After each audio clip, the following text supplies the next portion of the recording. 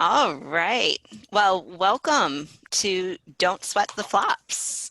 We have Dawn and Paul here from Flow Circus, and we're happy to bring you this interactive and fun webinar on a somewhat cloudy day here in Michigan, thanks to the support of the Institute of Museum and Library Services. And I'm not going to chatter on too long because I know Don and Paul have a lot of fun planned ahead. But we were lucky enough, despite our mail mishap, um, to get everybody into training with them. And I'm really excited. I heard some great ideas at last week's challenge to use these in libraries, and great ideas on um, how to not sweat those flops as well. So I will let Dawn and Paul take it away. All right. Well, thank you, Kathy. Today, what we're going to do is we're going to do a little bit of play. I'll start off by doing a quick introduction. We haven't done a lot of work in Michigan. If you were along the East Coast, you would certainly have probably run into us somewhere along the line over the years. So I'm Paul Miller, and it's over here, 2 boxes over on my screen is Dawn Daria. I am a comedy juggler. Professional for the last 20 plus years, and Dawn is an educator. We're also a cute couple. And we are a longtime partner of libraries. As a performer, I came up doing summer reading programs, and that was a great experience for me personally to really learn how to keep an audience engaged and activated. If you've got squirmy 2 and 3 and 4-year-olds, and you've got tweens and teens, and you've got the parents, keeping everyone entertained and engaged is a good practice ground for really learning your craft. Working with libraries has always been sort of a real easy and authentic place for me to perform in, especially with the summer reading programs, as I learned how to juggle in high school out of a book. Juggling for the Complete Klutz. I hope you all have it.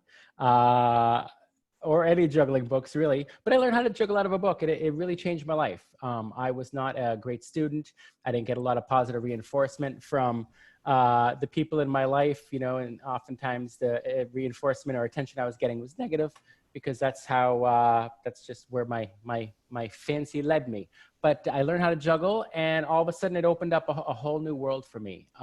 First of all, I was able to do this thing that I never thought I could do. I never had sort of this idea that I'd be able to do this super cool thing. And by working through the book and learning how to do it, I realized I could learn how to do anything. And it really just sort of led me on a path that I think was really positive. I went to college for accounting and got out of college and decided, hey, I think I want to be I know I don't want to be an accountant. So I became a waiter, and I started entertaining my guests at tables. And that's when I started juggling, I'd say, semi-professionally, entertaining my guests and getting paid for it. And then after about 6 years of that, I went full-time as a performer. Now Don and I travel all around the country, or we used to, actually, in the old world, pre-COVID. I don't know what the new world looks like, but we travel all around the country. We do talks and workshops with folks like yourself on how to use juggling and other skill toys to become more awesome than you already are. So that's who we are. And Dawn, why don't you take it from here? All right. And to just, those of you that work with teens and tweens, Paul was that kid that had a lot of creative, misdirected energy, fidgety, creative, misdirected energy. And so juggling helped him to direct that. And as a teacher, I had those students in my class a lot. While Paul was performing, he also started teaching camps and balloon twisting, juggling, and magic camps. And also while we were in libraries, we started teaching workshops directly with teens. And we loved doing that.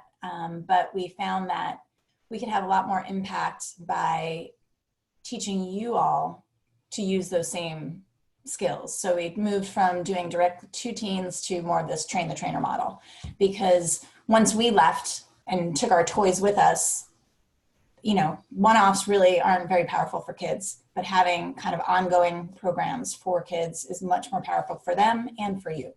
So what we're going to be doing today, oh, and also for me, Paul, when I was my first year teaching, just real quick, when I first understood the power of juggling, because my experience learning to juggle wasn't so great.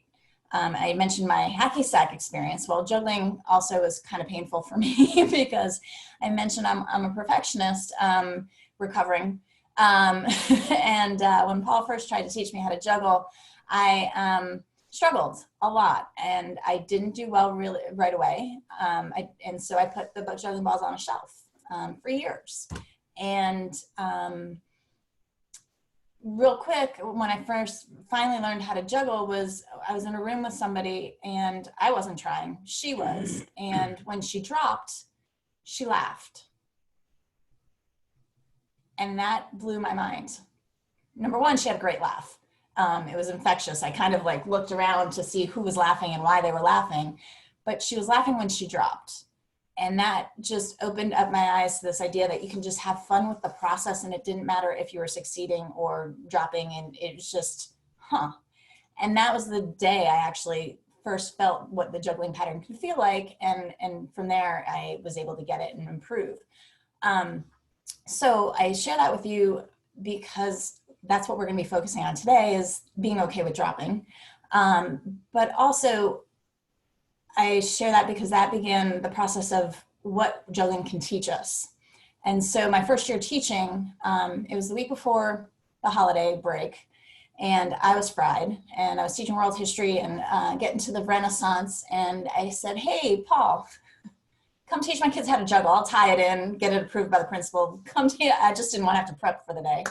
And I was, again, looking for a filler. But when I saw my kids who I'd been teaching academically trying to learn this kinesthetic skill, and I saw who was coming in saying, I can't do it. And I saw the kids, like I just saw them learning in a whole new way. And I understood how I could support them in a whole new way. I realized how powerful it could be. So with that, what we're going to be doing today is we're going to introduce you to these flat balls as a new learning skill for you to have you step outside your comfort zone, but also as a programming tool, and model different ways in which you could use it, and have you brainstorm at the end possible ways for which you can use it. But we're also going to introduce you to our floposophy. And our floposophy are 4 strategies that we've come out with that spell out the word flop. And these strategies are strategies that we've developed over the years of teaching people how to juggle and a variety of other skills like spinning plates and these flop balls. And they're strategies to help people get out of their own way. Oftentimes it's not the actual skill that's the challenge. It's our own, how we get in our own way. Like I was getting in my own way and trying to learn how to juggle. Because these strategies aren't just helpful in learning the skill, but they also can be helpful in dealing with change, and dealing with stressful situations as you're getting ready for dealing with a summer like no other. They can be helpful for you in preparing for that. But they're also going to be helpful strategies for as you're working with teens, because every day of their teenage years are, there's something new that they're dealing with. So that's what we're going to be doing with you today, is sharing with you the flop balls and our floposophy. So Yeah. Right, and also a new framework for dealing with stress, and dealing with the process of things in a fun new way. So I'm going to turn it back to Paul to help give a quick tour of Zoom. Cool. So probably most of you all know this, but I'm going to do a quick introduction to Zoom. In the upper right-hand corner, you have a button that says speaker view or gallery view. A couple times throughout this presentation, I'm going to make either Dawn or myself or a slide the focus, and that'll fill your screen. Other times we'll ask you to go to gallery view so you can see each other play and kind of create, mimic the experience of people hanging out in a room playing together. And then the speaker view, that will highlight the speaker, so you can switch to that when you feel like you'd like to do that. Down in the lower left-hand corner, we've got the mute and the stop video. You can click those if you want to mute yourself, as all of you are. And then on the, if you click on chat, you can ask questions over there. So if you have a question, say, hey, I have a question, and you can sort of type it up over there, or you can just start waving and probably one of us will see you and point, get out to you. So we are going to just do a quick opener, how you doing today? So if you would switch yourself to a gallery view so you can see everybody, and Dawn will ask a question. Okay, so a quick way to kind of model how you could use flop balls as an icebreaker.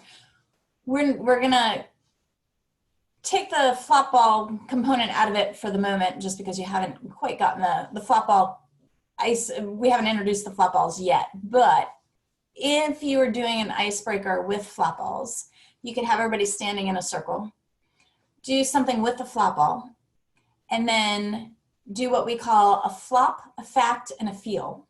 So you could have them flop the flop ball, share a fact about themselves, and then share how they're feeling. And so for what we're going to do today is have you share a fact, and I'm going to give the question, which is I'm going to have you share your library that you're with. And then the feel, I'm just going to have you share one word to describe how you're feeling right now. So just for a moment, check in with yourself. What's one word to describe how you're feeling right now? And the reason why we're doing that is, number one, when we're usually doing a workshop in a room with everybody, we can kind of sense the energy of the room. And right now we can't because we're virtual. So we want you to kind of let us know what the energy of the room, our virtual room, is right now.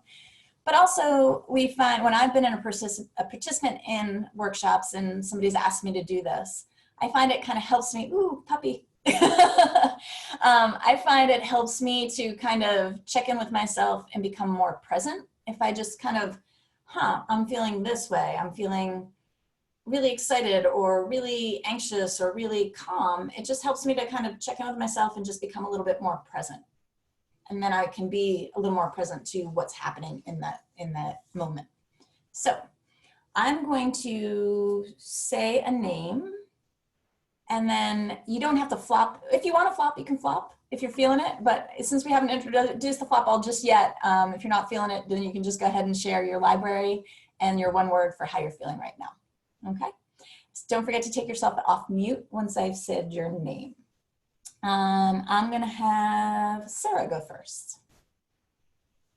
I think that's the first time I've ever been first in my life because of my last name. But excellent. Well, yay. I'm feeling, I'm Sarah. I'm from the Salem South Lyon District Library, so that's my fact. And my one word today is calm. Excellent. I love your backdrop. Thank you. I'm going to move on to Emily. And I think there's only one Emily, so Emily Marsh. Hi, I'm Emily Marsh.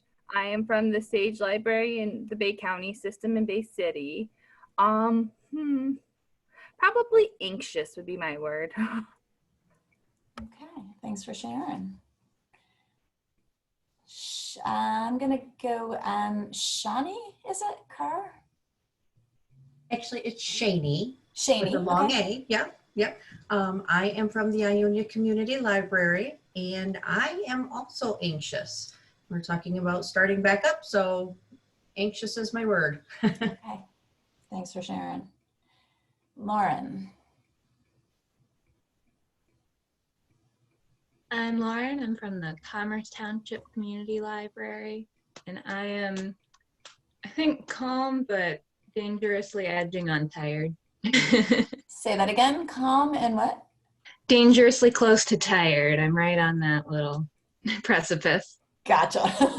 Okay. She might nod off, but that's okay.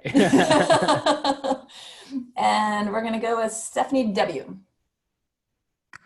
Okay, I guess that's me. I'm Stephanie Witterstein from the Monroe County Library System, and I'm also anxious, starting back up, and I want to see my kids again. And stuff like this makes me anxious to get back to work, safely, but. Gotcha. Time to play. Yes. And we'll go to Stephanie R. That's an easy transition. I'm Stephanie Reinhart. I work for the Auburn branch of the Bay County Library System. Thank you, Kathy, for hosting this. And I'm feeling, like pleased. Let's go with pleased. It's been a good day. Great. At 10 a.m., it's been a good day. It's been a short day. Okay. And Erin, I just saw your note. Are you okay sound-wise now?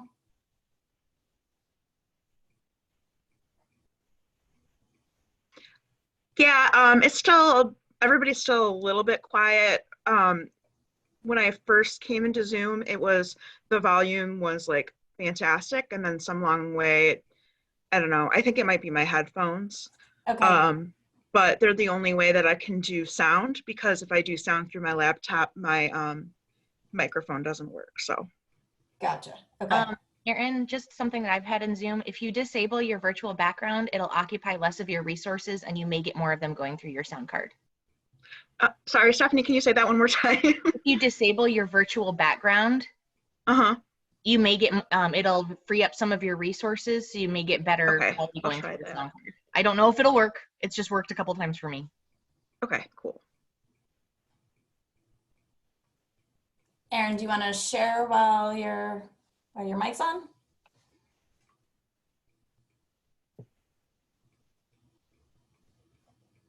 Actually, we'll come back to Erin. Jacqueline Thompson. Hi, I'm Jacqueline Thompson. I'm from the DeWitt District Library, and I am feeling overwhelmed. Understandable. Okay. Alyssa. Hi, I'm Elissa. I'm from the Ferndale Library. I am definitely in the realm of tired.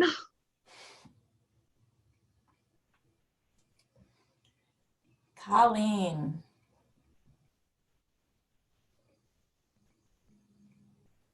Move over to Colleen.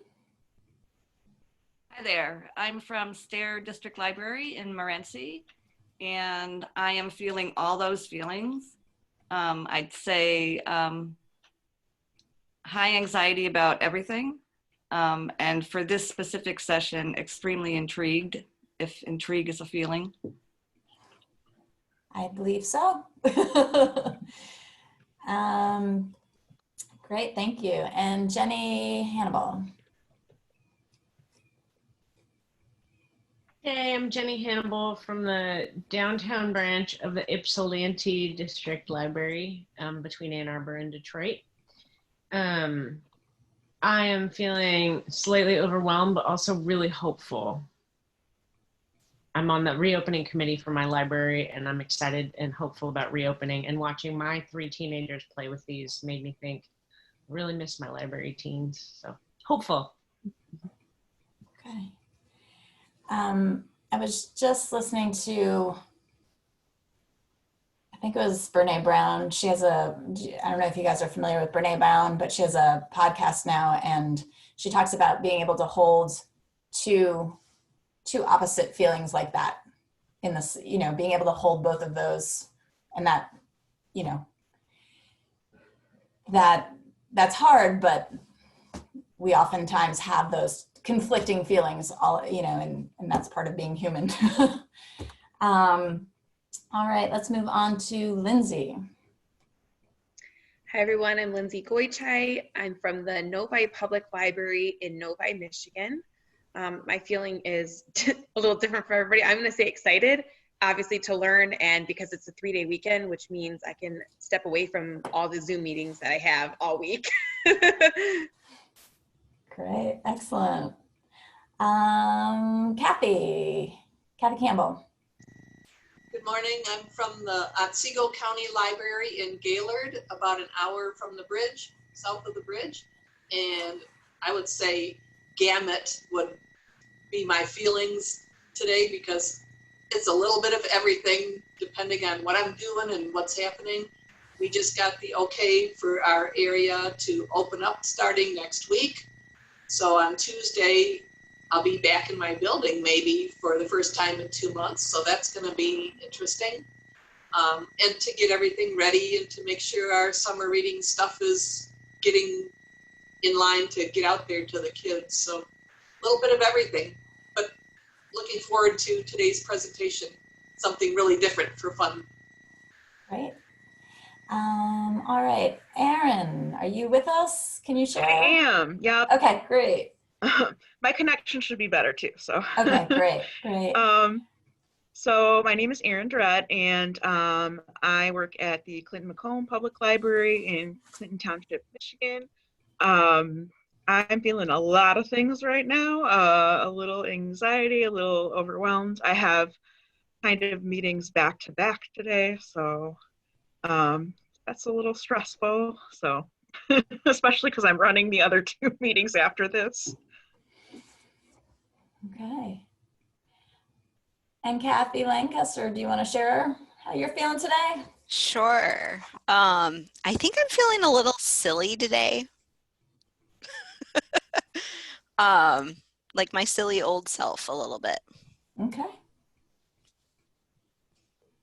All right, and how are you feeling today, Dawn?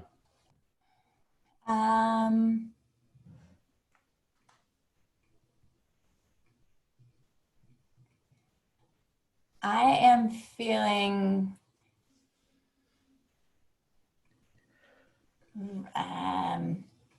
ready for the I'm feeling ready for the challenge. This group is a lot more stressed and anxious than last week's group, so I'm ready for the challenge. I think. Yeah. How about you? All right, I'm excited. I gotta be honest with you. I'm excited. One of the things I love doing most is playing with people and teaching juggling and teaching how to play with toys, because that's just sort of where I find joy. And the more people that know how to do it, the more people I get to play with personally. So I'm just excited to get up and get moving. So let's do it. With that, yeah. All right. So I'm gonna make myself here a little bit more prominent. So excuse me for a moment, and we're gonna take it to the studio. All right, let me see. I can't see with my glasses on. All right, well, hello. So can you see the top of my head, or is it getting cut off? Your hair is cut off, but you're all right. Oh, that's my best part. What the heck? Oh, please. All right. Hey, so today we're going to play with the flop balls, and to begin, we're going to introduce the flop ball and how to play with it. But before we do that, because let's face it, we're all older than we were yesterday. Hey, that goes for everybody. We're going to do a quick stretch. Whenever we engage in any kind of new activity, it's just really good to stretch so that we don't injure ourselves or hurt ourselves. We're going to be throwing and catching, and that's kind of new. So before we get into how to play with this at all, we're going to do a quick 10 count stretch, and I'm going to illustrate this, and we're going to do this together. And so it's our hands and our wrists. So it's a 10 count. So we're going to do the Sesame Street style, where we're all doing it together and we're all counting. So 1 and 2, what we do is we pull back on our hands, on each hand. So 1 and 2, we pull back. So go ahead and do this with me. 1 and 2. And none of these stretches are going to be like, we're not going to do like any over stretching, just nice gentle stretches. 1 and 2. And then 3 and 4, we actually just pull opposites. So we're going to pull down 3 and 4. And then 5 and 6, what we do is we take our thumb and we just tug our thumb, and we pull it back. And we're going to feel that stretch right in there. So 5 and 6. There we go, right there. Nice. 5 and 6. And then 7 and 8, what we do is we twist. So we take our hand and we twist it, and we're going to feel that stretch go up into our shoulders. This is 7 and 8, 7 and 8. And then 9 and 10, we just shake it out. Just shake it out. Get nice and loose. So this is a nice stretch. It's a micro stretch. We call it micro stretching because it's just small, right? But if you do it throughout the day, if you spend a lot of time on a computer, it's going to just do really nice things for your hands, wrists, and arms. But it's also great before we do some flop ball stuff. So we're going to go through this one more time. 10 count, 1 and 2. 1 and 2, we pull back. And then 3 and 4, we're going to just pull down. 3, 4. And then we're going to do thumbs. 5, 6. And then we're going to twist. 7, 8, then we're going to shake it out, 9 and 10. All right, all right. So I'm going to introduce the flop ball to you. So the flop ball, now you guys got the cards, you probably looked into it. Maybe you went online. You know already, most of you, I'm sure, that you play with the flop ball on the backs of your hand. And this is really nice because when you come into it, it's a completely new experience. So you don't have a lot of baggage.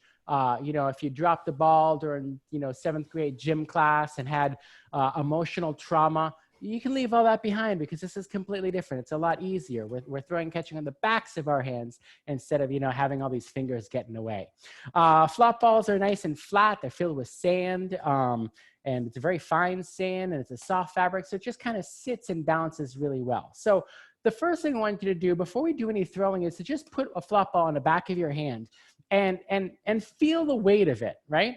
You know, a lot of times, you know, we kind of jump into, you know, steps ahead of where we're at. You know, if you think, oh, this is like a juggling thing, so I'm going to throw and catch. And so we might not just spend some time just kind of getting comfortable with what it feels like to hold, what it feels like to balance something. And this is the back of our hands, so it's kind of new. So feel, what does it feel like to just kind of just feel the weight, right? It's pretty easy. Now this is amazing. Granted, this isn't anything really special, but you know, your cat can't do this, can't balance a flop ball on a back of its paw. Not only can't it wouldn't, it just would choose not to. But so, okay, we get it there and we kind of feel the weight and we can kind of move it in space. And if we pay attention, we'll notice that as we move it, it sort of moves around. You know, we kind of feel the inertia when we start to move it. We can kind of feel some drag. And as we slow down, we kind of feel it kind of pulling our hand with it. And if we kind of move it up and down, we start to practice like the basics of a throw, right?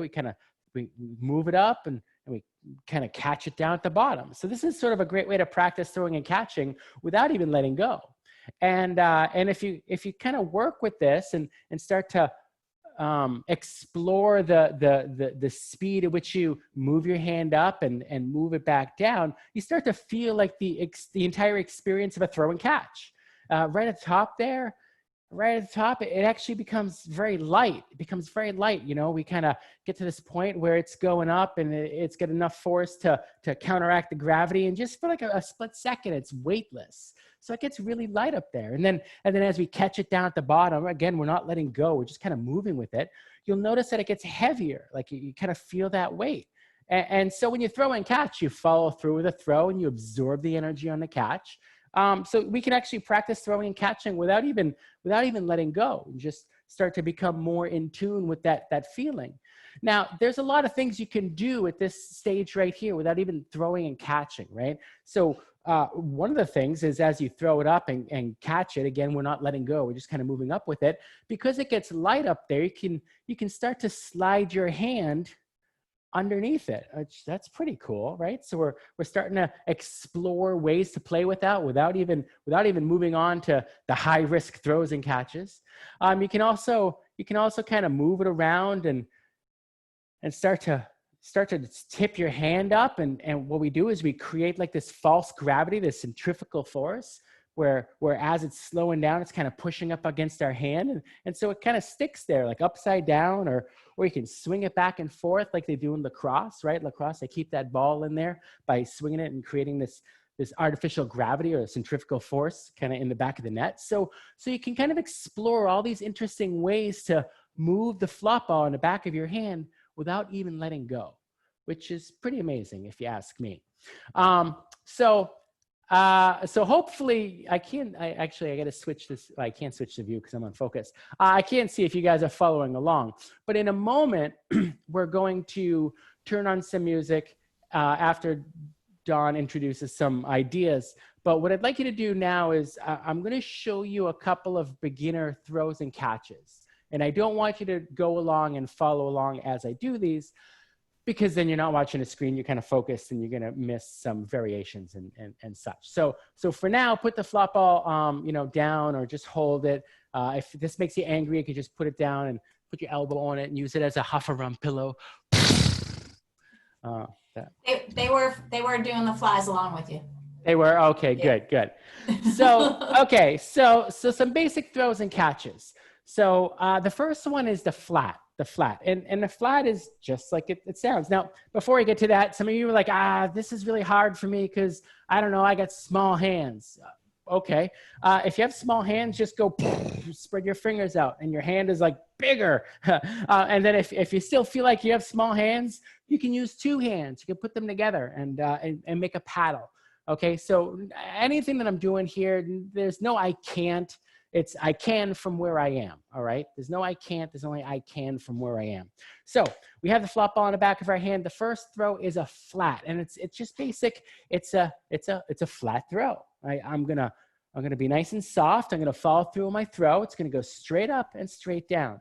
And now notice as I do this, it's not going really high, right? It's just a small little, think of this as like a little character, and this is a stage, and this is the play, and this is the story of a flop ball that goes up and comes back down. So that's a nice, simple flat. Now, the thing with the flat is it's simple. Are you laughing at me, Don? No. I am. Yeah, okay. The thing with the flat is that it's simple, but that does not make it easy, right? Simple doesn't mean easy. Simple is just, it's not complex. There's not a lot to it. But even the simple things can be very difficult. And if you don't believe me, take your flat that in a moment we're going to work on. And if you keep it real low, that's pretty easy. But as you start to create some distance, as you throw it higher and higher, that flat is going to get harder and harder to keep flat. And that's because any imperfection or unevenness in the energy that you impart onto the flop ball as it goes up is going to start to impart some rotation. So our margin of error grows, or decreases, right? So the higher you go, the less error you can have, right? So it decreases. So if you want to challenge yourself with something that's simple but not easy, take that flat and see how high you can throw it without it flipping. And you're going to find that even to get it a foot above your hand is going to be quite a challenge. So that's one of the challenges you can work on. But so we're doing this flat. That's great. It's going to want to flip because that's just the way it is. That's what the flop ball wants to do. So what are the flips? There's 4 basic flips. There's a back flip.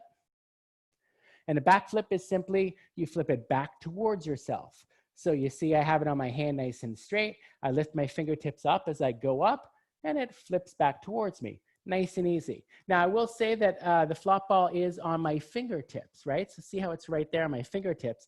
This is first position, that's second position, that's third position, because I made those positions up. But that's just an easy way to talk about where the flop ball is on the back of your hand. So I find it easier on first position because you have more mobility in your fingers than in different parts of your hand. So we have our back flip.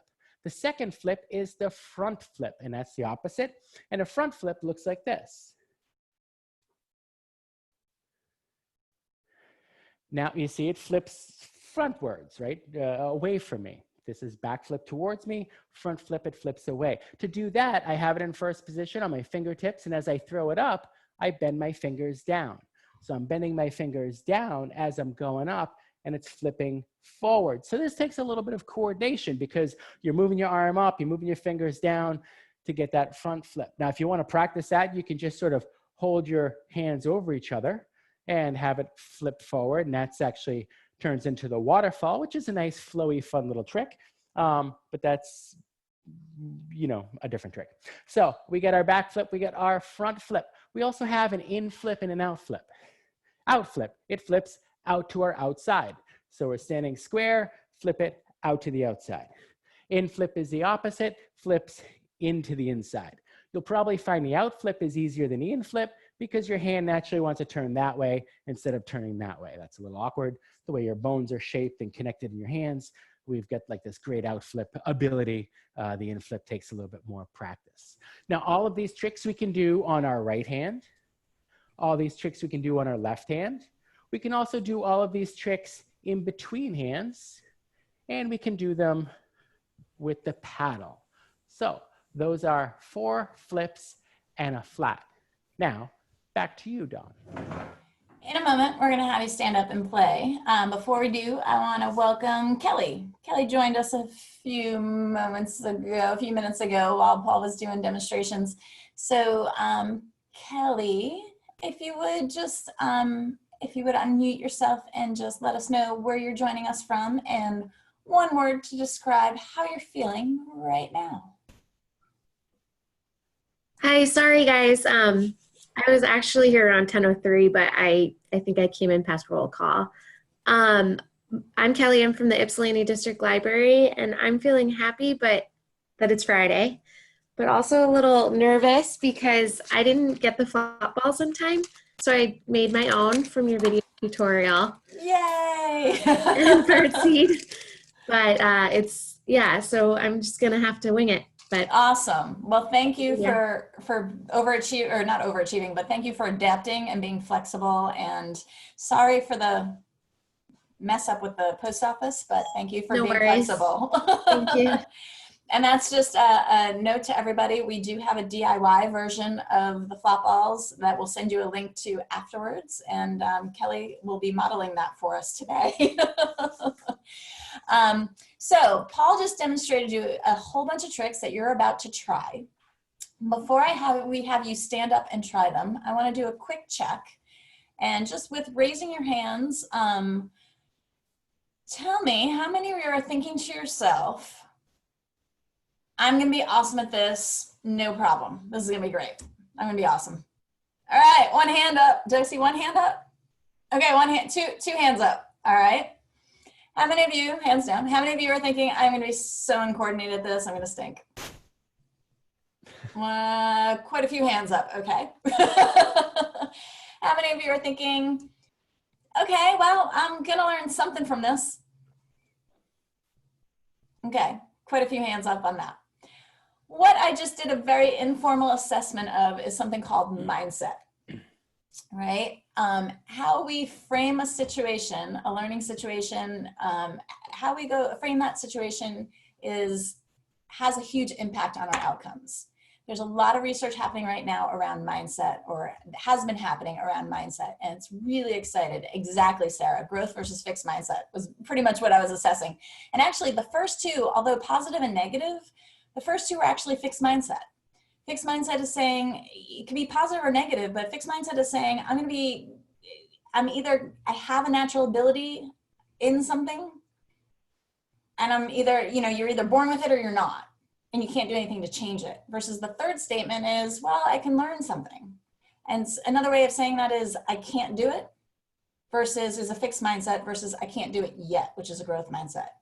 Or as Henry Ford once said, and Paul's gonna throw up a slide here that says, whether you think you can or you think you can't, you're right.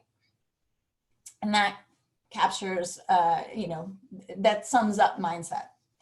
So our first strategy, I told you we were gonna share 4 strategies with you, and our first strategy is free your mind. You're on mute, Paul. Free your mind. So that's our first strategy, which is another way of just saying, pay attention to your mindset. Because the key thing with mindset is having awareness. If you're aware of your mindset, you can change it. So growth versus fixed mindset is one area of exciting research around mindset. The other is Kelly McConigal. She wrote a book called The Upside of Stress, and I can throw this in the chat after. Carol Dweck is the researcher on fixed versus growth mindset. And Kelly McConigal's research basically is looking at whether we are looking at a situation as stressful and overwhelming, that has a negative physical impact on our body, versus if we look at it as, okay, this is an obstacle, but if I gather the right resources and look at it as something I can achieve and overcome, then it has actually a positive impact on our body. She's got a great TED Talk that you can start with. and then I can, again, recommend the book. So she sums up a bunch of the research around mindset that's really exciting. So number one, being aware of your own mindset, just like being aware of the position of your hand and how that impacts how the flop ball flies, having an awareness of our mindset as we're going into a situation.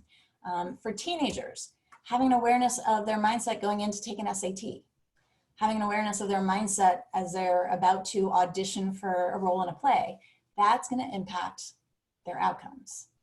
So just having that awareness and then knowing that they have a choice over that mindset is really powerful. The second of our strategies, so I said it spells out the word flop. So the first is for your mind, so having that awareness of mindset and knowing that they can change it. The second is lessen the pressure. So one of the things we hear a lot when we do demonstrations is, oh, you make it look so easy. Well, yeah, we make it look easy because we've practiced a whole bunch. The expert in anything was once a beginner. And this is in this current world we live in, where we see, YouTube is so prevalent, and particularly in the world of teens, they're constantly seeing people who are experts at stuff, because people don't typically put out videos of themselves in the messy learning phases of stuff. They put out videos of themselves being experts at stuff, right? So they don't have a whole lot of patience with messing up. And so learning that, yeah, I can have big goals at stuff, but how do I get there? What are the little small steps that I need to do in order to get to the big goal? And so lessening the pressure is all about knowing what the big goal is that I want, but knowing what the small steps are that I need to work through to get to that big goal. And being softer on ourselves to know that it's going to get messy on the way to get there. And so it's all about having clarity. Having clarity about those small steps. And, one thing we encourage folks is, asking questions. Like when you see somebody that's really good at something, asking, how long did it take you? How did you learn? What were the steps that you took to get there? How did you break it down?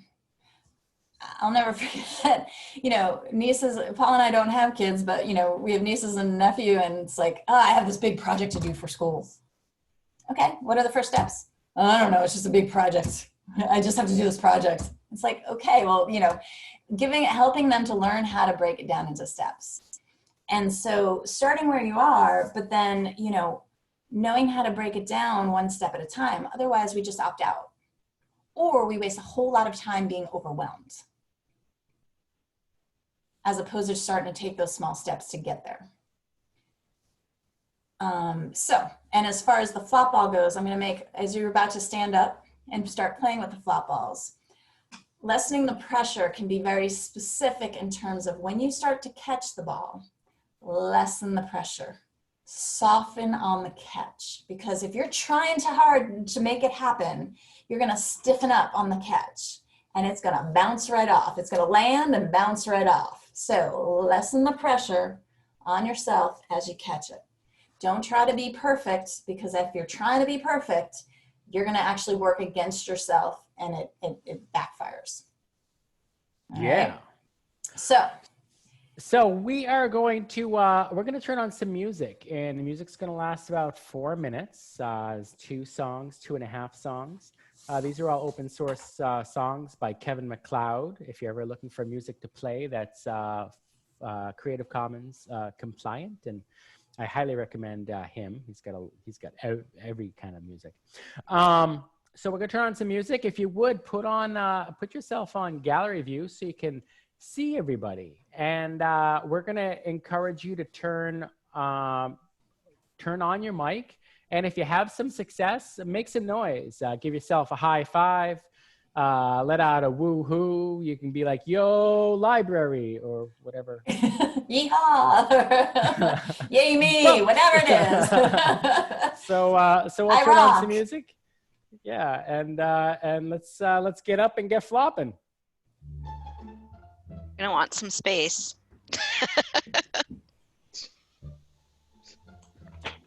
Make sure you don't have any open drinks underneath where you're playing.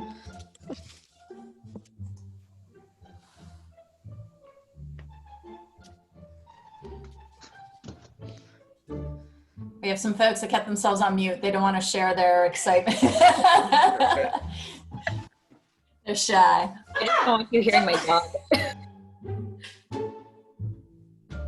My dog is watching. Stop.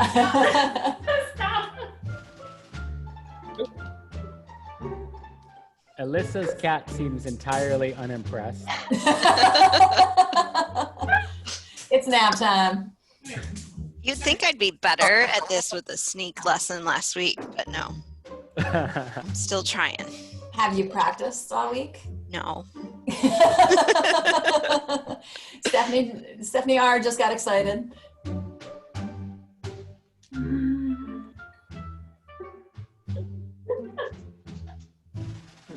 The backflip is so hard. I got a backflip. I'm trying to do a front flip, but I don't know about that. Or yeah, that's what I meant, the front. Yeah. When you bend down your fingers, Paul. Mm-hmm, Yeah, no. mm-hmm. I figured it out. Yeah, remember you can practice just doing it by just dropping from hand to hand. That'll give you some practice with the motion. Oh no, Stephanie W. He will not leave me alone now. Is he jumping? That's my toy. Oh no, Lindsay said my dog stole one already. Double flip. How's Kelly's working out with the homemade one? It's actually pretty good. I thought it was going to be slippery, but it's working really well. Good. And you made the paper bag one, is that correct? I did, with the bird seed and the tape. Yeah, it's just quick, and the paper bag gives a nice friction. Yep, it was super easy. Sarah, woo! What was that, the front flip? Yeah, I went forward. Nice. Really tell All if right, you're you're getting it, right-handed Kathy. or left-handed. Let's try that. Stephanie's got the dog block.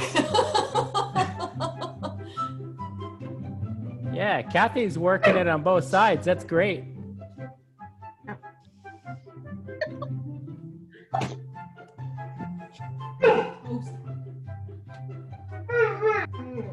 Has anybody switched to their non-dominant hand? Yes. Confusing, and I don't know why. I keep having to change it. This music is very good for this activity. Yeah. Very good. This song is called Monkeys Spinning Monkeys.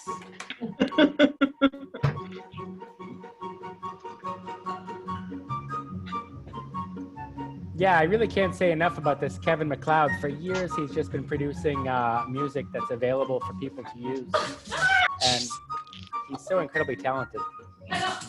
Play Dungeons and Dragons. He's a great source for free music. Oh, yeah?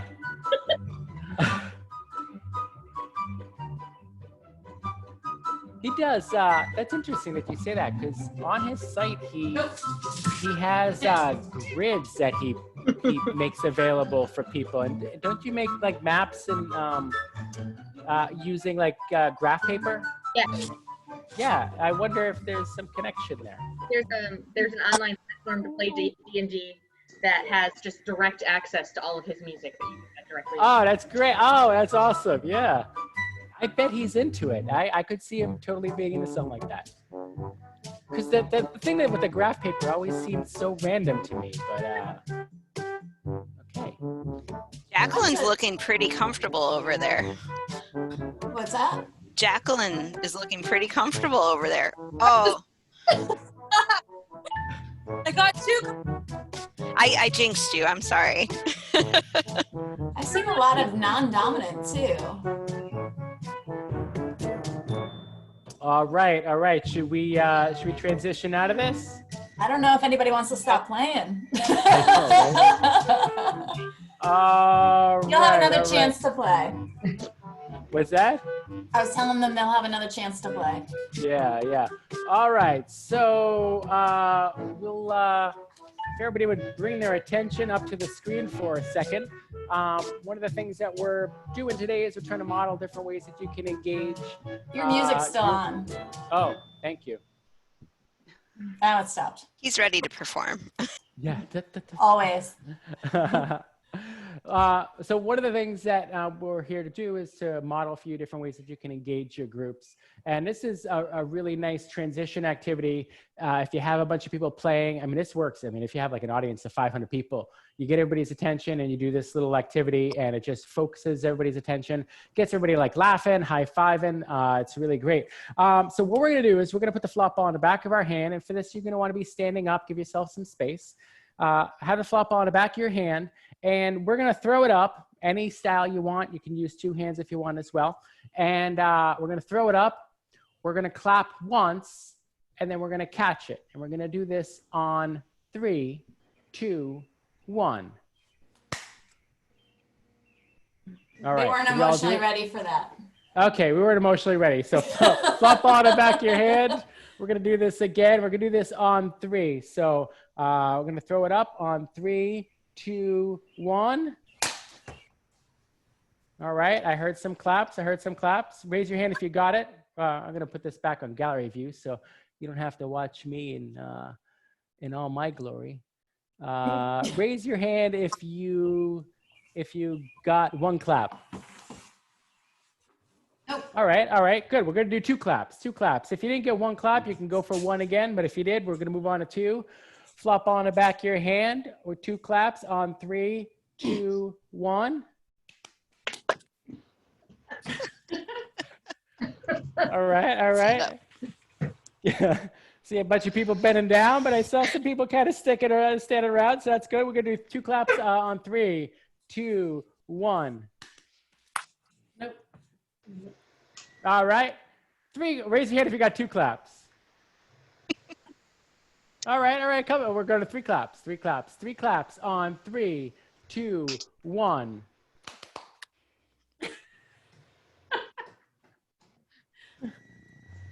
All right. We're going to go to, anyone get 3 claps? All right, we got one, at least one. All right, we're going 4 claps. Let me just remind everybody, number 1, you can go to the 2 hands. And number 2, remember the lessening the pressure. When you're throwing it up pretty fast in order to get all those claps in, remember to be soft on the landing because it's coming down faster. So you want to be softer to absorb that energy. Good points. 4 claps. 3, 2, 1. All right, everyone, you can go up to like 5, 6, 7. Usually when it gets like down to a couple people, we bring them up on stage in front of everybody and have a big final, clap off. But for now, everybody give yourself a high five and have yourself a seat. All right, awesome. So really quickly, before we move on to show you a few more advanced tricks you can do with flop balls, I want you all to just grab a pen and paper. And real quick, I am going to, I had to give my dog her bone so she doesn't keep barking for the flop ball. She gets a treat. So what you're gonna do is I'm gonna read a statement and you're just gonna jot down a word to kind of finish the statement. So I'm gonna give you a prompt, a writing prompt. So after playing with the flop ball, I feel, so finish that statement. After the playing with the flop ball, I feel, and then one more. Birds. While trying to learn new tricks, I noticed.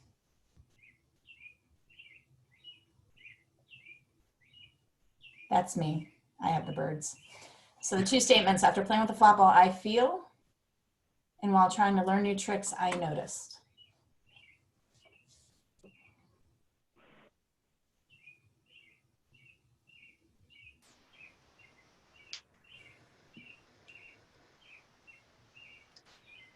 And I would love for a couple of you to just Raise your hand if you'd be willing to share. Alyssa. So I noticed that, or what was the first statement? Sorry, I felt. Yeah.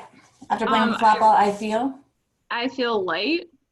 And then what I noticed is that I had fun and smiled while I was learning. Awesome.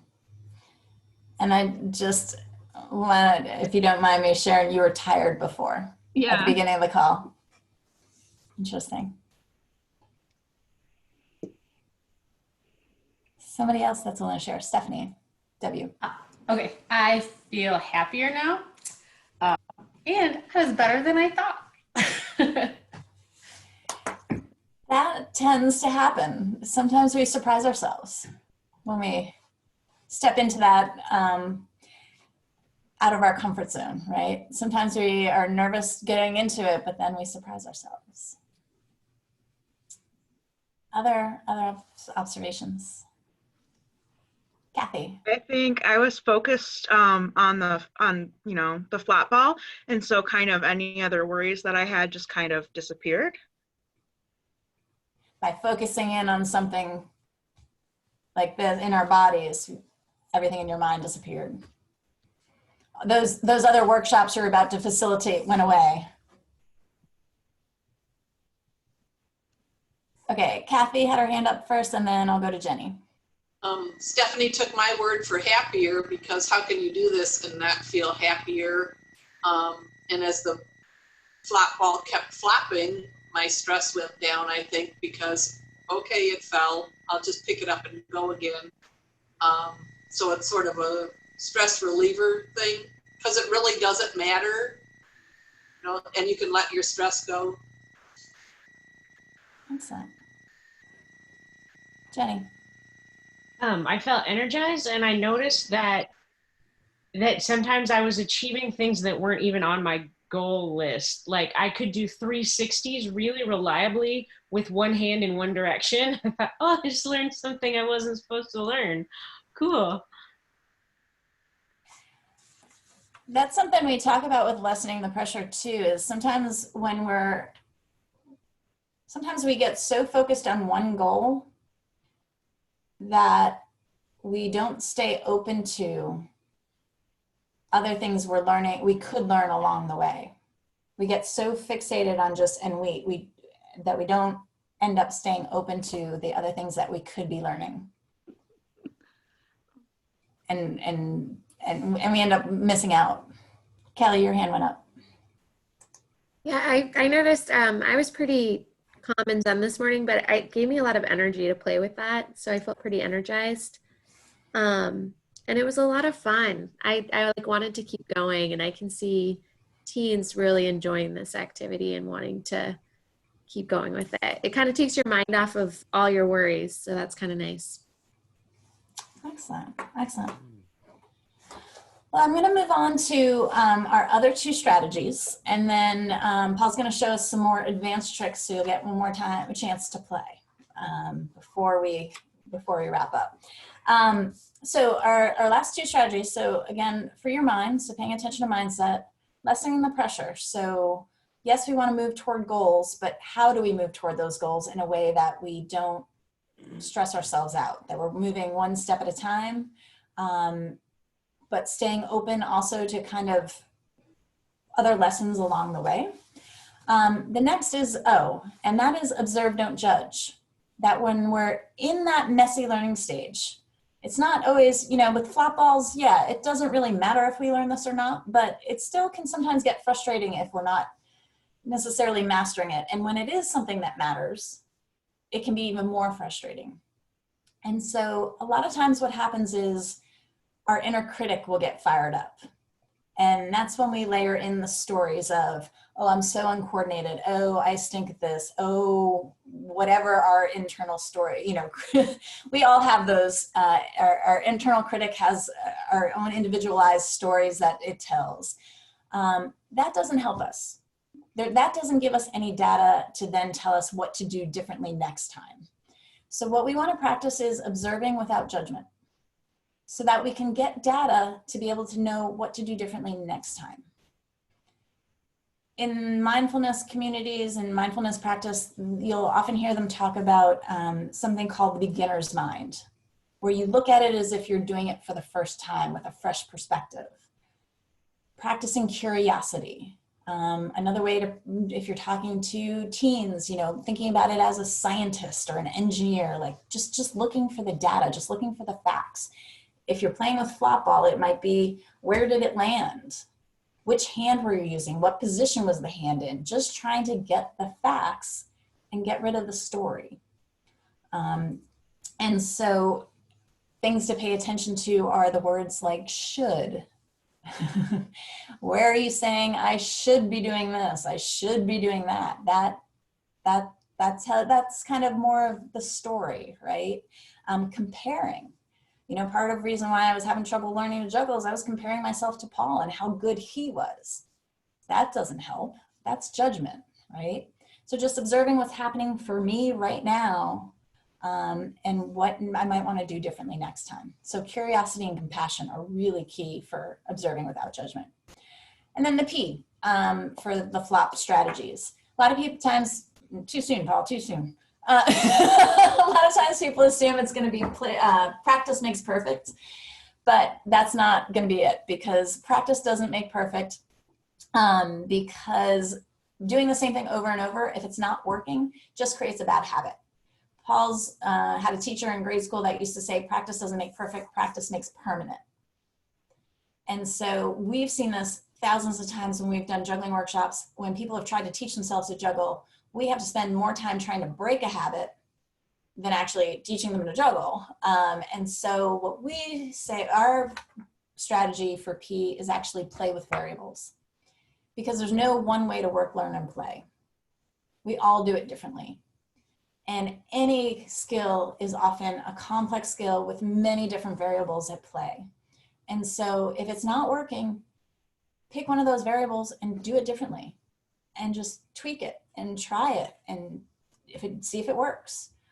And the key with this is not just the experimentation piece, but then taking the time to reflect. Did it work? And so as you're thinking about your summer programs, whatever form they're going to take, if you're trying virtual things, if you're, you know, it's going to be a huge experimentation for you guys.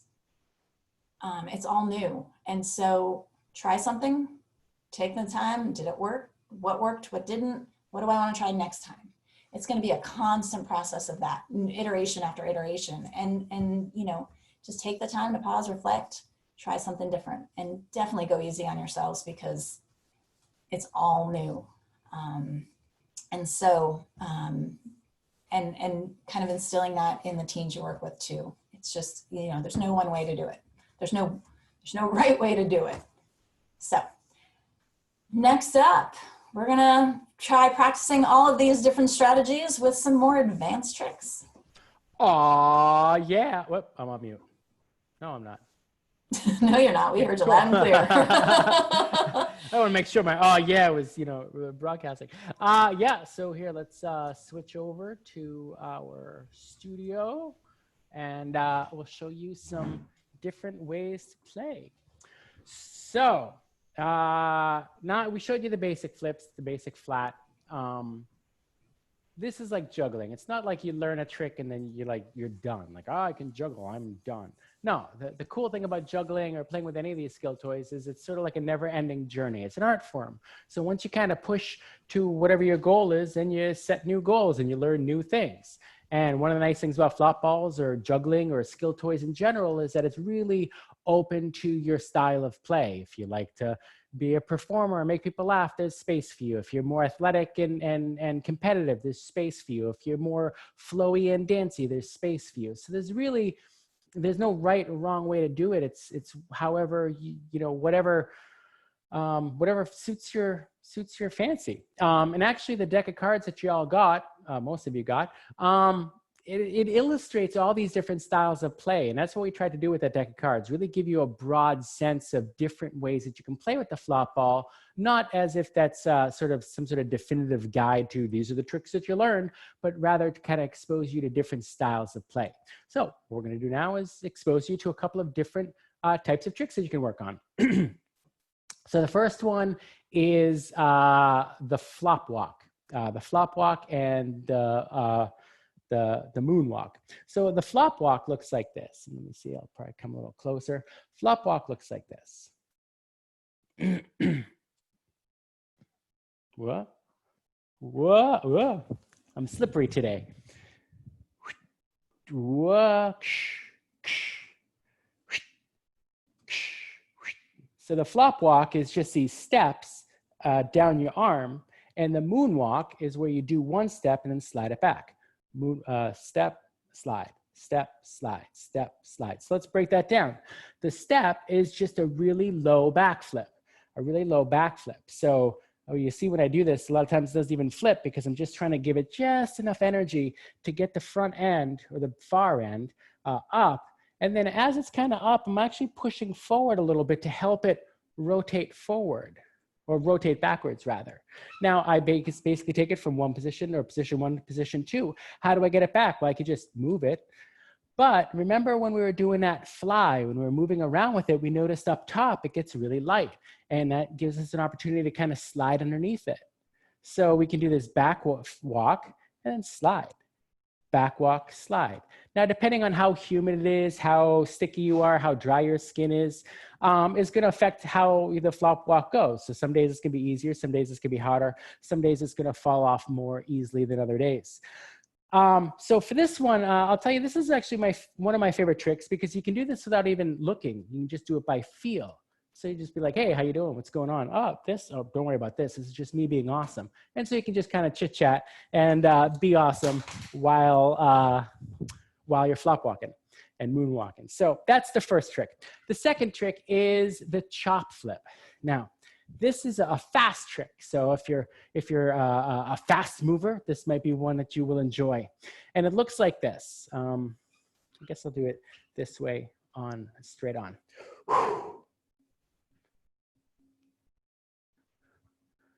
That's with one hand. That's alternating hands.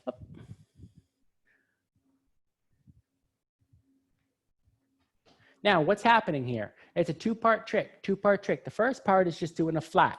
So you need to be able to get a nice, even flat for this trick to look really nice. So a nice, even flat, that's the first part.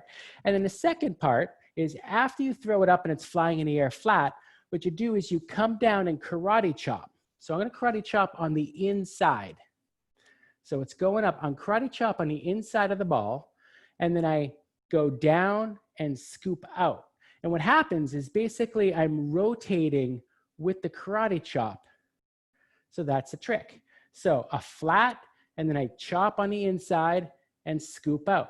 It's a little bit easier if you alternate hands for this. So up, chop, up, chop, up, chop. And you see, I'm actually starting with my hand right on top, so I don't have to worry about moving this hand over and then making the move. I'm trying to make it as simple as I can for myself. And in fact, if you want, you can even have your hand over your hand, so pinky to pinky, and start from here. So that's a chop flip, crowd pleaser. A variation of that is instead of the karate chop where you're coming in on the inside, you can just take your fingertips, tap on the side closest to you, and push forward. And that's the same thing, except you're hitting a different side. Now remember, you have that flat, and then it's the hit or the chop that's making the rotation. The third one I'm going to show you is the noggin stall. Okay, you can catch it on different parts of your body. Kind of looks like a hacky sack, right? So you can catch it on your foot, you can catch it on your elbow, catch it on your shoulder, catch it on your head, catch it on your foot. But the noggin stall, catch it on your noggin. One other trick. You guys have multiple flop balls. You have multiple hands. So why not challenge yourself to playing with 2 flop balls on 2 hands? Now, this is kind of where I spent a lot of time lately playing, because it gives you so many combinations of play. So we've got 2 flop balls in our hands. We can do synchronized or synchronous flips. But you can also do asynchronous flips, one at a time. Or you can do one right after the other, which actually practices a juggling pattern. So you can do these together, different, or one right after each other. But then you can also start to play with what you're doing on each side. So on this side, I'm going to do a back flip. On this side, I'm going to do a front flip. And so I'm challenging myself to do different things on different hands. Or if I want, I can do a full flip over here and a half flip over here. Or I could do a full back flip over here and a half front flip over here. So this can quickly start to break your brain in complexity. 2 hands, all sorts of different tricks you can do. One other thing you can do with 2 is you can stack them. And then you can start to manipulate them individually on the back of your hand. And then go into splits where you're splitting them back between the 2 hands. So you really start to create all sorts of opportunity to play in amazing new ways. And that's what we're going to do now. Sarah commented that this requires a lot of mental dexterity, or it can build it, one or the other. One way or the other. So oh, go ahead. I was just going to say, we're going to have you stand up and do another play session. So think about which of those different tricks you want to work on. We'll be kind of watching and coaching. If you want to wave to us, if you want to get some feedback or some coaching, if you are kind of, if there's a particular trick you want some help with, wave us down and we'll kind of be watching and giving some help. So. All right. Have your sound on again, so we can interact.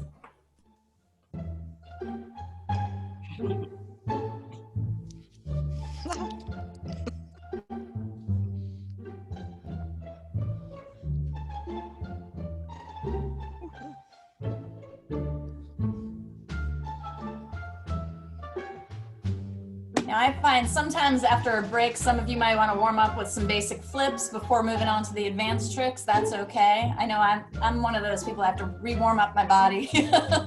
Remember what the basics feel like before I get back into it, go into advanced stuff.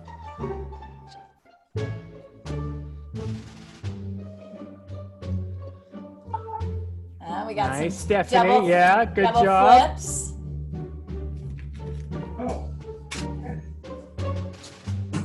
I think Erin's doing doubles, but her video is delayed. Uh-huh.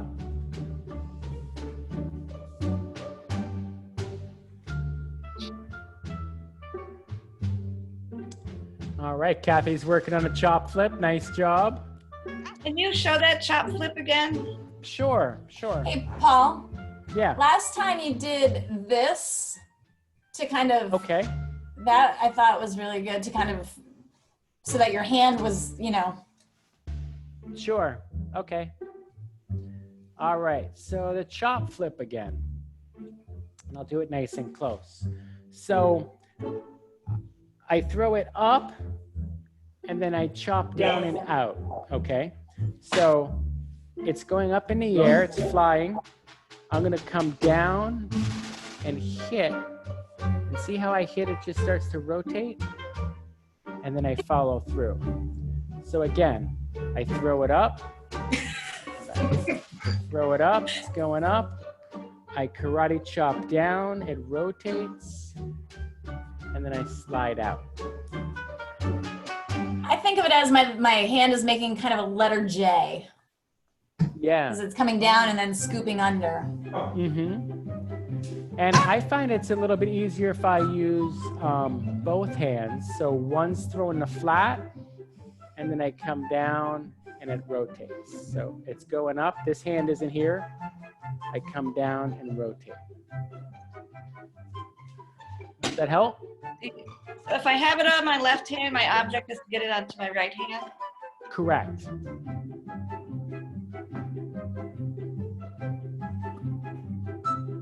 Shani's got the flop walk pretty good.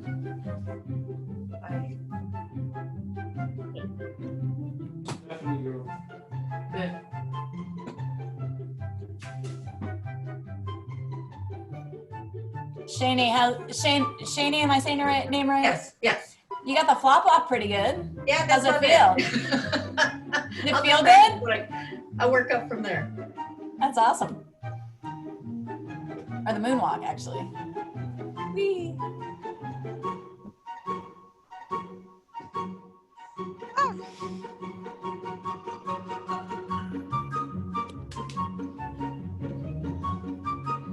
Nice. Jacqueline's trying to stack the 2. Good job.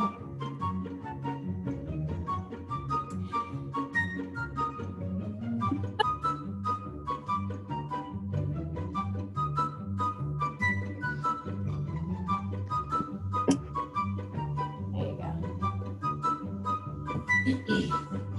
Whoa. Kathy, you working on the moonwalk too? I am. Okay. My wrist is too bony. Yeah, I have that problem too. Just play around with the position of the hand and like your arm. I find that kind of helps. Ah, there you go. Just shake your head.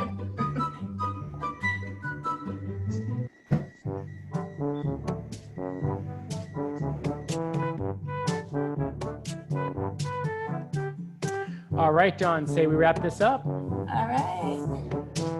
All right, so just another quick wrap up activity here. So stay standing. Right, Dawn? Yeah. Oh, okay. Cool. So, yeah, so here's another thing that's kind of fun to do, sort of a challenge. I mean, juggling isn't about winners or losers and challenges, but there's always the people that want to win and lose. Or want to win. So this is a fun thing to do. So everybody start with a flop ball on the back of your hand. And we're just on 3, we're going to do a simple backflip, just like we were doing. So 3, 2, 1, backflip. Nice and easy. All right. So now grab a second flop ball, put it on top of that first flop ball. And if you give it a little pat, that'll help it be nice and flat and low and level. And on 3, we're going to just flip 2. Now they should stay together pretty easily. So 3, 2, 1, flip. All right. All right. Now you guys got 6, so you can probably guess where this is going. We're going to grab a third flop ball. And we're going to put the third flop ball nice and flat on the pile. Now you'll notice that these start to actually get heavy. That's why it's important to stretch. And when you start playing with these, if you get you really turned on to them and start playing them a lot, you're going to start to feel it in your forearms. But we're going to try a stack of 3, nice and gentle. On 3, 2, 1, flip your 3. Hello. we got some success. All right, all right. So now as we get higher, they're going to start to break apart. So I'm going to give you a little tip on what you can do to keep them staying together. The first thing is to make sure you have a nice flat stack. The second thing is when you throw it up, you're not throwing it up real high. You're not letting it really flip in the air. Rather, what you're doing is you're carrying it up and then you're receiving it and following through. So again, I'm going to carry it up and then I'm going to receive it and follow through. So your hand does most of the rotation. You're just kind of moving underneath it. It's going to look like that. Now, my hand actually does like a little pull back. It flies back towards me and then I follow through. So it's a little loop-de-loop. So on 3, we're going to do a flip of 4. 3, 2, 1. All right, all right, all right. Now we're going to go up to 5 because, Okay. Why not? So just wanted to point out, Erin had, I think she landed with all 4. It wasn't in a perfect stack, but we call that a slop stack. So it counts. They all landed on her hand. It's just a slop stack. So that still counts. Mm-hmm. Mm-hmm. A flop stack, yeah, as opposed to a prop stack. So that's how we differentiate them. Actually, before we get to 6, I'm going to show you just another variation, which is also a really fun and satisfying way to do it. So, well, I guess we're up to 5. What we'll do is instead of having it start out as a stack like this, what I'm going to do is I'm going to start out having them stacked like this along my arm. And I'm going to throw them up. And when I do that, what's going to happen is that they're going to stack one at a time, and it feels really cool because it could be like pa pa pa pa pa, pa pa pa pa pa, or not, right? So that's it goes one way or the other. So we'll do one more stack. We'll do a stack of 5 this time because we don't want to take up a whole lot of time doing this. But so either do a proper stack, a prop stack, nice and even, or go for stack like this. And you can have them staggered. We call it a stagger stack. And on 3, 2, 1.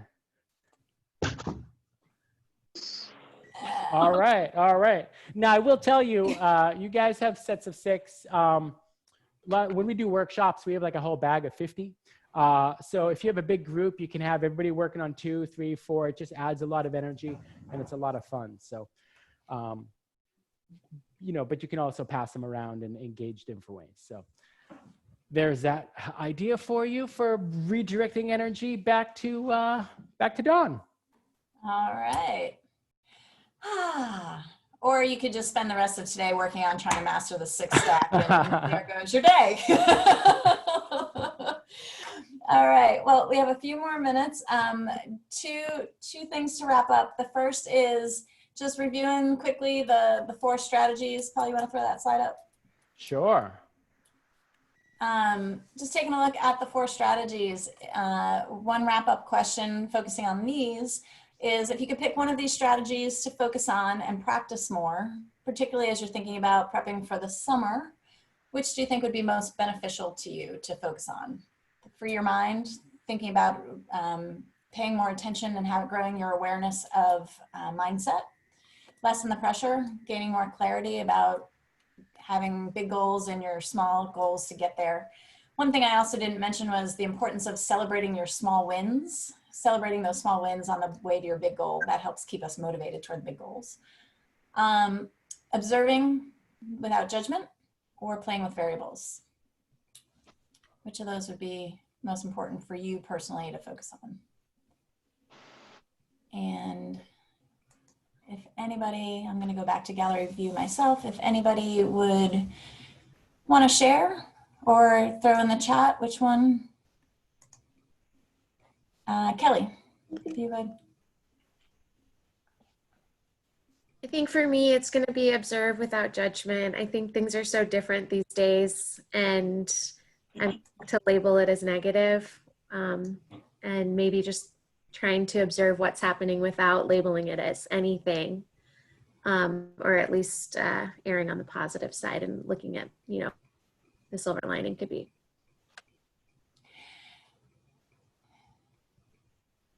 It's also really, I found me personally, it's also really valuable to pay attention to what the stories are. So when you find yourself starting to tell the stories, just paying attention to what those stories are, because that can also be really informative as far as where they come from. Colleen, were you wanting to share? Just lessen the pressure.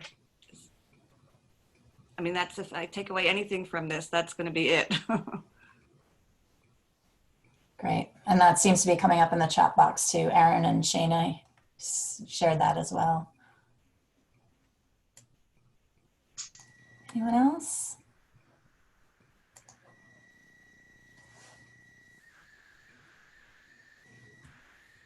Kathy. I think they all intertwine together.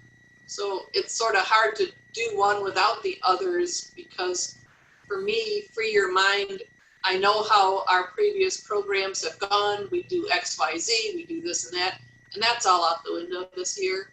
So you have to be open to new things, which may or may not lessen the pressure. They're all tied together. So having the beginner's mind ties into the mindset as well as the observe, don't judge, which then allows you to lessen the pressure. Excellent. Awesome. I worry about a lot of things, so free your mind for sure. Well, great. Well, hopefully, I want to move on to talking about the flop balls more specifically, but hopefully the strategies are, if not new, at least a reminder to you all to, as you are, and helpful to you as you're heading into the summer. I know it's going to be new and unique, and so just keep them in mind, and definitely lessen the pressure on yourselves, because it's not going to be perfect. It can't be perfect because it's never happened before, so there is no version of perfect. So it's going to be messy, and so there's no way it's not going to be. So remembering to reframe the messy, just look at it as a growth experience and a learning experience, and be ready to flop. And so if you can learn to have fun with that flopping and grow with it, it'll be better for you and for the people you serve. So how to have fun with this stuff. We are going to be sending you an email with a bunch of resources, which include a link to we have instructional videos on our website. We'll give you a games guide, some different games we've come up with using the flop balls. We do have the DIY video, as Kelly demonstrated for us, that the DIY flop balls do work, as well as we've been putting, ever since the quarantine stay-at-home orders were put in place, Paul and I started putting together flop break videos, which are like these 5-minute stop, take a flop break. And so those are also on our website. So a number of different resources that are available to you. And so you now have a set of 6. These are just a variety of different resources, so that in theory you could run some virtual programs with the DIY flop balls, as well as these are available for once you do have folks coming back to the library. So what are some ideas that have struck you just in the time we've been playing with them of ways you could possibly use these with your tweens and teens?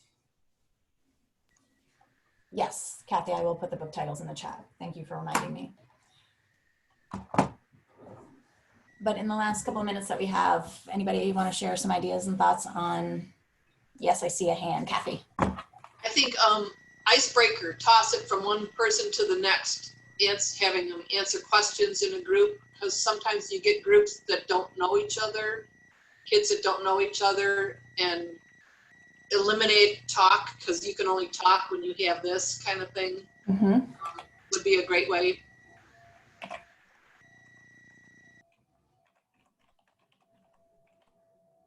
Sarah. Oh yeah, okay. Last fall I ran a study skills kind of a study skills workshop, and I can really see how like this could help tie into that kind of, because something like that we really talked about was like breaking things down into steps, so lessening the pressure and whatnot. Those kinds of things, also like including them in stress reduction workshops, because those flop principles really are very close, I think, to cognitive behavioral therapy concepts as well. So.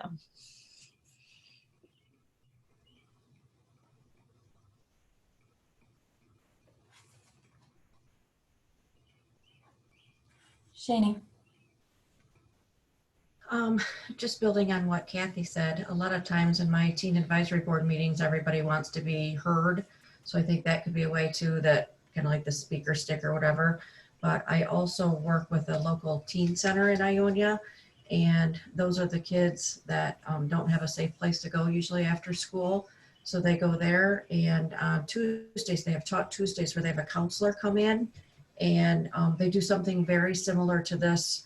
Not with the flop balls, but they do something where I think this could work, where you could kind of build their skills, where you could see, like when I first started, I was anxious. I didn't think I could do this at all. I didn't master all of the skills, but I mastered a couple things, and it made me feel better, you know, and it made me see that not everybody was getting it.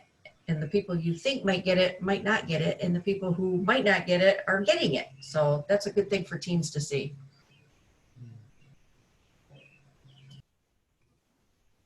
Excellent. We do have there's a middle school guidance counselor at a school nearby that uses it with some of her anxiety groups. She's got some groups of students that she uses the flop balls with as like a calming exercise. So Any other last thoughts before I want to be respectful of time, but any other last thoughts? Sure. I love these, and the teens in my house are going to play with them till quarantine's over. But I'm sort of like intrigued about the idea of having them at the library for like once we've done a couple of opportunities for the kids to learn different things, that they could check them out the same way they check out an Uno game for use in the library, and just play with them while they're talking with their friends. And I also see the value of letting kids keep 2 or 3. I don't know that we have the budget for that, but I'm just intrigued about how many opportunities there are to engage with teens and tweens with these. So thank you. Cool. I will throw out that we do have some libraries that do check them out within the group. The flop balls, as well as we have skill toy kits as well that have a whole variety of toys. And we have some libraries that use them as giveaways too. So they are available for customization if you want to put a sponsor on the back, if you get some, sponsorship money, and just give them to the kids. And it's a great way to promote the teen program, because kids start carrying them around everywhere, bring them to school, hang out with their friends. So it's just a nice way to kind of put your library on top of mind and back of hand.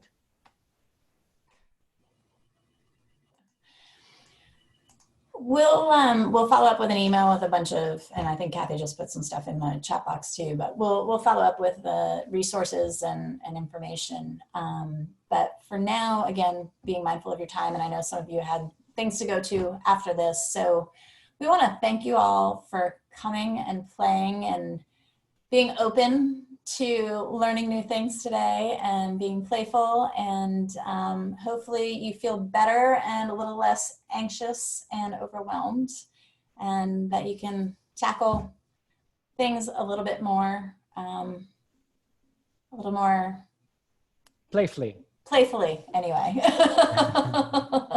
And again, I'll follow up with an email. Feel free to reach out to us with any questions. We are here. We want to support you because we believe in libraries. And so any questions you have, anything we can do, if we need us to create a video to help support your use of the stuff, we're happy to do that. So ask and we will do that. Thank you so much, John and Paul. Fabulous again. I'm really happy we were able to bring you on so that folks can not sweat their flops. I did put a survey in the chat box, so please take a minute to fill that out today and let us know what else we can offer you all as you prepare to go back into your libraries this summer and the year ahead. So thank you everyone very much. Thanks, Paul and Don. We'll stay on for a minute if anybody has any questions. I just